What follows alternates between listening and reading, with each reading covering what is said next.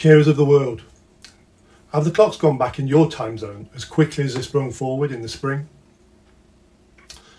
There's one clock that's relevant across all time zones and all nations, with echoes out into the universe itself that keeps inching forever forward.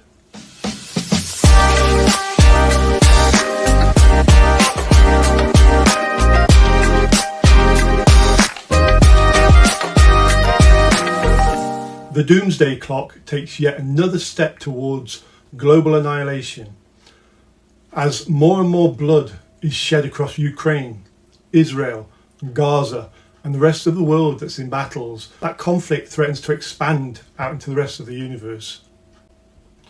Our leaders refuse to cut carbon emissions to anything like that is required to pull humanity from the brink of destruction. And it may be indeed that AI turns out to be our saviour after all. But ultimately, none of that will matter. And it won't matter at all if the world's clocks go forwards, backwards, sideways, if the doomsday clock stops ticking at midnight. Only we the people can make that happen by saying enough to war, enough to poverty, enough to polluted rivers and oceans, and enough to burning holes in our beautiful ozone layer.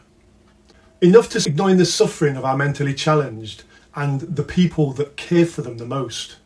Caregivers like you. Because when we have a mind for care, we can enjoy clouds in the sky instead of living in fear of the ones that mankind has manufactured to home destruction over our heads. Turning back the doomsday clock from 90 seconds to midnight is what matters. When I was born, it was 10 minutes to midnight. And that should be our global aim as we balance precariously on the edge of oblivion. Every returned second is a fallen body given back its soul, taken from one of the world's many battlegrounds. Hashtag no more wasted seconds.